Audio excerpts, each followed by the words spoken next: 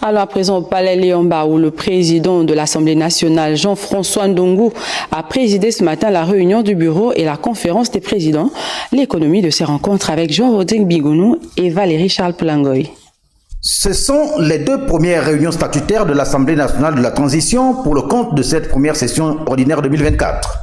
Dirigé tour à tour par le président de cette institution, l'honorable Jean-François Ndongou, les travaux de la réunion du bureau et de la conférence des présidents avaient 7 points inscrits à l'ordre du jour, l'essentiel étant la proposition de loi sur l'évaluation des politiques publiques jugées recevables à terme.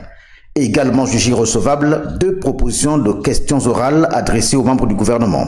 L'une sur les dispositifs pris pour éviter les drames semblables à celui de l'Esther Miracle et l'autre se rapportant à l'organisme qui est aujourd'hui chargé de la gestion et la réhabilitation des stades. Autre point ayant focalisé les débats au cours de ces 2 tours de table, une demande d'autorisation d'enquête parlementaire ainsi que la présentation et l'adoption du rapport de la commission d'enquête réalisée sur la Société nationale des bois du Gabon et le Fonds gabonais d'investissement stratégique.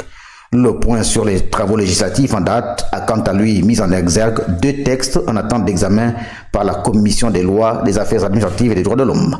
Ce sont les projets de loi portant suppression du Haut Commissariat de la République et celui portant modification et supprimant certaines dispositions de l'ordonnance portant institution de la médiature de la République.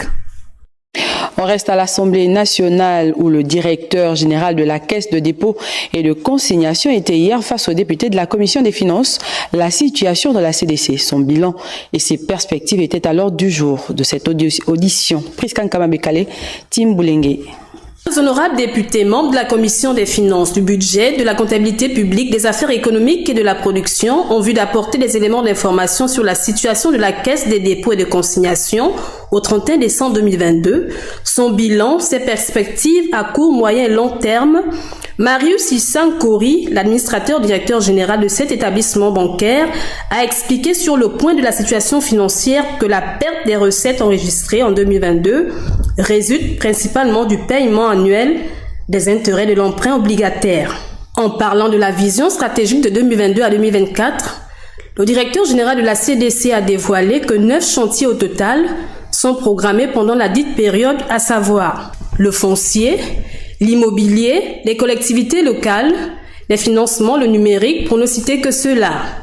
Lors de cet échange avec les représentants du peuple, Marius Issankori n'a pas manqué de rappeler les missions de cette institution.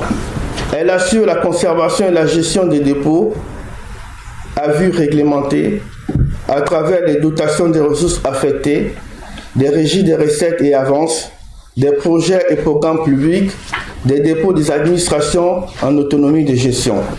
Elle protège l'épargne réglementée. Au sujet de la dette de l'État envers la Caisse des dépôts et de consignation, il ressort de cette séance de travail que un peu plus de 135 milliards de francs CFA ont été engagés pour des opérations propres à l'administration centrale. La liste n'est pas exhaustive.